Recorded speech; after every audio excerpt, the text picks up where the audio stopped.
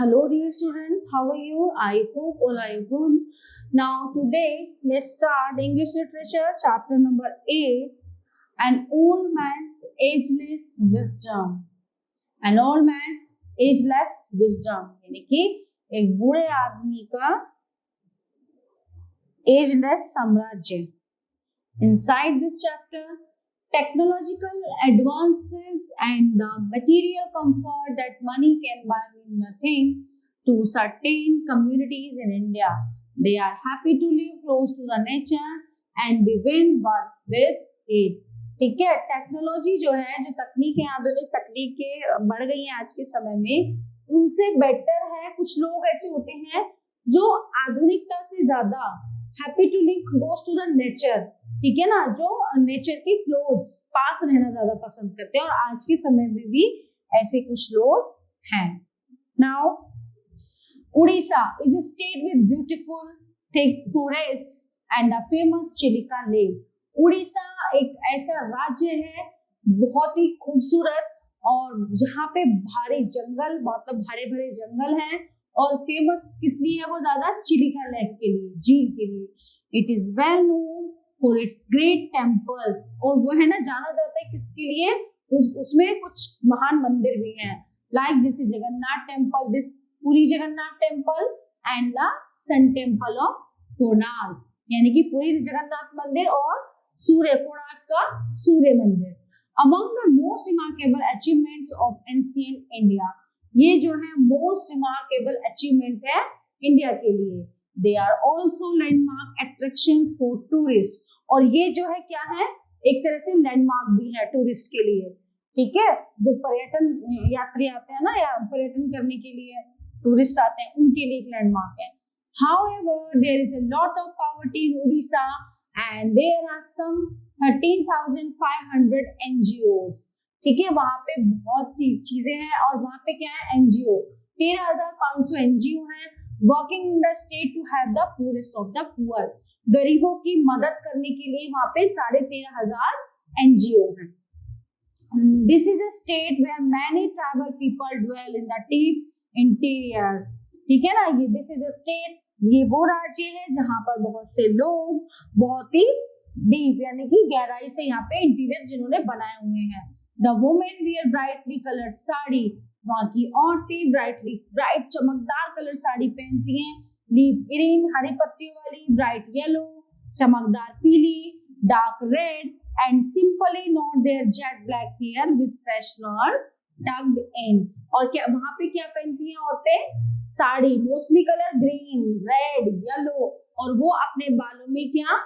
गजरा, फूलों का गजरा बना के रखती हैं. It is a delight to see them when you are traveling inside the forest. ठीक है, एक बहुत सी खुशनुमा चीजें हमें देखने को मिलती हैं जब उसके अंदर के जंगलों में हम ट्रैवल करते हैं. I choose to travel to Kalahandi. तो मैंने चूज किया कहाँ पे? कालाहांडी ट्रेवल करने के लिए. It is neither A town nor a city. ठीक है, ना तो एक कस्बा है और ना ये एक शहर है.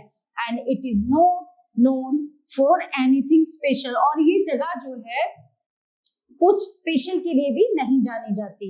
It is just another part of another tribal district like Mayurbhanj और कोरापुट. तो ये एक अनदर थिंग की वजह से जानी जाती है. इसका डिस्ट्रिक्ट मयूर, भुंज और कोरापुट है. They say that before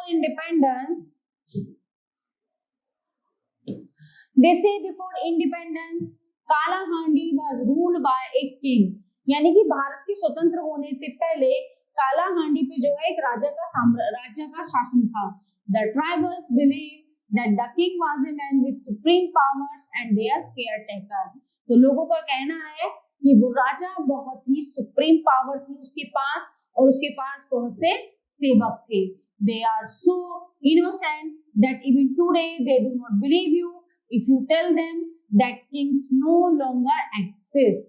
They are so innocent. वो बहुत, मतलब वो वहां के लोग जो है इतने इनोसेंट थे, इतने नादान थे कि उनका राजा मर भी गया था तो भी ये सोचते थे कि हमारा राजा ही हम पर शासन कर रहा है. इवन नाउ, अब भी, if a child is orphan, अगर कोई बच्चा अनाथ हो जाता है, it will be left at the door of the collector house, उसको कलेक्टर के दरवाजे पर छोड़ दिया जाता है। For them the ultimate protector is the राजा, तो वो क्या समझते हैं कि राजा जो है इसको प्रोटेक्ट करेगा।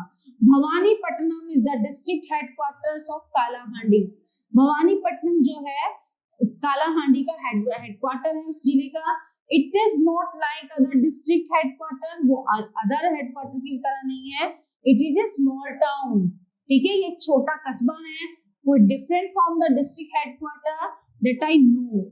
Dharwad for example which is my home town, frankly I was surprised that Bhawanipatnam was such a sleepy town, ठीक है, तो वो एक बड़े क्वार्टर की तरह नहीं है। For example Dharwad which is my home town, जो मेरा एक मतलब जो मेरा गांव है।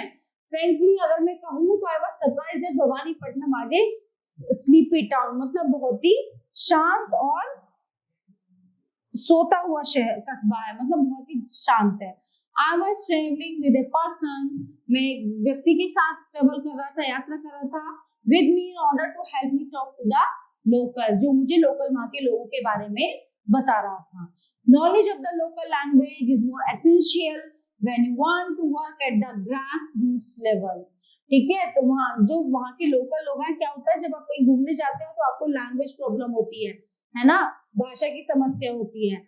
I had 1,000 questions to ask about these tribal people, तो मेरे मन में हजारों प्रश्न इन ट्राइबल पीपल को लेकर घूम रहे थे। What civilization meant to them, what their lifestyle was like and so on. Normally they are group of dwellers. They are not too rigid about rituals like we civilized people, ठीक है ना, वो लोग क्या था, वो ज्यादा मतलब रिचुअल्स नहीं जानते थे, चीजों को कैसे मतलब प्रिपेयर होती हैं। They are direct in their ways, वो सीधे अपने रास्ते पर चलते थे। Most importantly they do not have the concept of individual ownership of property, तो सबसे मेन बात क्या थी, उनके पास कोई कॉन्सेप्ट ही नहीं था कि इंडिविजुअल जो अपनी पर्सनल प्रॉपर्टी पे कोई ओनरशिप हो। My mission was to provide assistance to them by some means without hurting their identity, तो मेरा मिशन ये था कि उनको इनकी असिस्टेंस वापस दिलाने का मतलब मेरा था विदाउट हर्टिंग देयर, उनकी आइडेंटिटी को बिना हर्ट किए। माय ट्रांसलेटर टोल्ड मी, तो जो मेरा ट्रांसलेटर था, जो गाइड था, उसने मुझे बताया that if I had to meet these people then I would have to walk 2 miles, ठीक है ना, अगर मुझे मीट दीस लोगों से मिलना होगा तो मुझे कम से कम 2 माइल चलना होगा। Obviously there was no motorable road to reach their hamlet, okay, तो क्या था कि वहां पे कोई ऐसी वो नहीं थी, रोड नहीं थी जहां पे मोटर गाड़ियां जा सके। साधु से मिले, आई वाज रेडी, मैं तैयार था। We finally reached a village, हम फाइनली एक गांव में पहुंचे। Where I meet a lady whose age I could not immediately make out, हम एक औरत से मिले जिसकी उम्र का अंदाजा मैं नहीं लगा सकता था। My translator found it difficult to interpret the lady's words because, हाँ, तो मेरा जो ट्रांसलेटर था उसको भी डिफिकल्टी हो रही थी औरत के शब्दों को प्रोनाउंस करने में, because her dialect was quite different, क्योंकि उसकी भाषा कुछ अलग तरह की थी जो हम नहीं समझ पा रहे थे। She was a dark skin and dark hair lady, वो एक जो है उसकी मतलब थोड़ी काली चमड़ी और बहुत काले बालों वाली थी। She must have been around 70 years old, वो होगी लगभग 70 साल की। But there was no grey in her hair, उसके बाल जो है एक भी बाल सफेद नहीं था। She obviously could not afford to dye her hair, तो वो जो है अपने बालों को डाई करने के लिए अफोर्ड यानी कि नहीं अफोर्ड कर सकती थी उनको कलर करना। So what was her secret, पता नहीं उसका क्या सीक्रेट था, कोई नहीं जानता। It must have been a secret common to all, for not one person in that whole village had a trace of grey hair. I next met an old man, इसके बाद में बूढ़े आदमी से मिला। I say old, but again it was impossible to guess his age by his looks. उसके looks को देख के उसकी एज का उम्र का अंदाजा लगाना बहुत मुश्किल था। During our conversation, we recalled certain events and occasions from which we concluded that he was about 104 years old. ठीक है ना, उसकी आवाज से बातों से मतलब उसने धीरे धीरे हमें ये मतलब आइडिया हो गया था ये लगभग 104 साल का है। I got into a lively conversation with this gentleman, ठीक है, मैंने उससे बहुत तरीके से बातचीत की उस सज्जन आदमी से। आई आस्क्ड हिम, मैंने उससे पूछा, who is ruling our country, कि हमारे देश का शासक कौन है। फॉर हिम कंट्री, और उनके देश का क्लियरली मीन काला हांडी। ही looked at me and smiled at my ignorance. Don't you know, क्या तुम नहीं जानते? He said, it is a company, सरकार, that is ruling our country. तो वो कह रहा है कि कंपनी जो है शासन हमारे देश पर शासन कर रहा है। He meant of course that East India Company, तो उसका मतलब था ईस्ट इंडिया कंपनी से, यानी कि अंग्रेजों से। The old man was not aware that India had become independent, मतलब उस बूढ़े आदमी को अंदाजा नहीं था कि हमारा भारत आजाद हो चुका है। I showed him some Indian currency and the Ashok चक्र emblem, तो मैंने उन्हें कुछ इंडियन करेंसी दिखाई, भारतीय पैसा दिखाया और अशोक चक्र का साइन दिखाया उनको। He was not impressed, वो इम्प्रेस नहीं हुए इस चीज से। Okay, he said that's just a piece of paper, ये तो कागज का टुकड़ा है। How can you look at it and tell who is ruling us? It is गोरी वाली रानी who is ruling us। ठीक है, ये तो कागज का टुकड़ा है। How can you look at it, तुम इसे ऐसे कैसे देख सकते हो? Tell is ruling us, और तुम पूछ सकते हो कि हमें कौन शासित करे, तो उसका मतलब था इट इज गोरी वाली रानी who is ruling us। तो गोरी वाली रानी जो अंग्रेजों की वाइफ होती थी, उनकी बात यहाँ पे हो रही है। I knew that the barter system was very important to the tribal people, मुझे पता था कि बार्टर सिस्टम जो है बहुत महत्वपूर्ण है ट्राइबल लोगों के लिए। So I asked him about it, तो मैंने उसके बारे में उनसे पूछा। Do you know this small piece of paper can buy firewood, lots of sarees, bags of salt and plenty of matchsticks? I remarked, तो उन्होंने कहा कि तुम जानते हो ये छोटा सा कागज का टुकड़ा है ना, इससे क्या क्या खरीदा जा सकता है? आग के लिए लकड़ियां, बहुत सारी साड़ियां, नमक के थैले, प्लांट और बहुत सारी माचिस की डिब्बियां इससे खरीदी जा सकती हैं। Now he looked at me sympathetically and said, उसने मुझे बड़ी सिंपैथी यानी कि बहुत ही सिंपैथी से उसने मुझे देखा। For this paper people fight, इस कागज के लिए लोग लड़ते हैं। Go away from ancestral land, और अपनी भूमि से दूर जाते हैं। Leave our forest and go to the cities, हमारे जंगलों को छोड़ते और शहरों को जाते। किसके लिए? इस कागज के टुकड़े के लिए, पैसे के लिए। Without that piece of paper, have we not led a complete life? Our ancestors did. Without that piece of paper, lead a complete life. इस कागज के टुकड़े के बिना हम अपनी लाइफ सरवाइव नहीं कर सकते, हम नहीं जी सकते। We are children of God, हम भगवान के बच्चे हैं। Settled here happily without this paper, ठीक है ना। हम जो है यहाँ पे बिना इस पेपर के सेटल खुशी से हो सकते हैं। This is God's land, ये भगवान की धरती है। Nobody owns their land, कोई भी जमीन को नहीं खरीद सकता। No river has been created by us, कोई भी नदी जो है हमारे द्वारा नहीं बनाई गई है, वो सब भगवान की देन है। The wind does not listen to us, हवा हमारी बातें नहीं, हमें नहीं सुन सकती। The rain does not ask our permission, जब बारिश होती है तो उसको हमारी परमिशन की जरूरत नहीं है। These are gifts of God, ये जो है भगवान के दिए हुए उपहार हैं हमारे लिए। How we can sell or buy land, I do not understand, तो हम कैसे जो है जमीन को बेच सकते हैं और खरीद सकते हैं, ये मैं नहीं समझ पा रहा हूँ।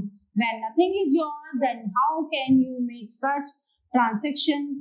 This little paper of yours can turn life upside down, ठीक है। When nothing is yours, जब कुछ भी तुम्हारा नहीं है यहाँ पे, ये पहाड़, ये नदी, ये हवा, ये बारिश, तो तुम कैसे कह सकते हो ये छोटा सा कागज का टुकड़ा हमारे जीवन को बदल सकता है या नीचे लेके जा सकता है। I had no words by way of a reply, मेरे पास उत्तर देने के लिए शब्द ही नहीं थे। Until the moment I was convinced that I knew more than I did. We know about currency movements, political parties, about the difference between Bill Gates and Bill Clinton. Here was a man who knew none of these, yet knew that nobody owned the land, the mountain, or the wind. Who is more civilized? This wizened old man in the Kalahandi forest, looking smaller and having folds and lines in the skin because of being old, or those of us with our fingers on the pulse of the internet? अब वो ये कह रहा है कि अब हम में से ज्यादा सिविलाइज्ड कौन व्यक्ति हुआ, मतलब अच्छा नागरिक कौन हुआ? ये व्यक्ति विजन मतलब looking smaller and having many folds and lines in the skin because of being old, मतलब एक ये बूढ़ा आदमी जिसको इतना अनुभव है ना, जो इतनी मतलब पॉजिटिविटी है जिसके अंदर, या हम लोग जिनकी उंगलियां हमेशा इंटरनेट पे रहती हैं, जिनकी pulse keeping in touch with all that's happening on the internet. तो अब ये बताओ सबसे जो है सिविलाइज्ड, एक अच्छा नागरिक और एक अच्छा व्यक्ति हम हुए, ये बूढ़ा इंसान हुआ? तो ये तो ऑब्वियस है जी, जितना उसे एक्सपीरियंस था। उसने कहा कि जैसे मतलब ये सारी जो भगवान की देन है, जो दी हुई चीज है, जब इनको नहीं खरीद सकते तो हाँ money why important for us, तो उसका यही कहना था। बट आज का समय अलग है क्योंकि मनी इज एवरीथिंग। ओके, तो these are the topics covered in this chapter. I hope you will enjoy this chapter. Thank you.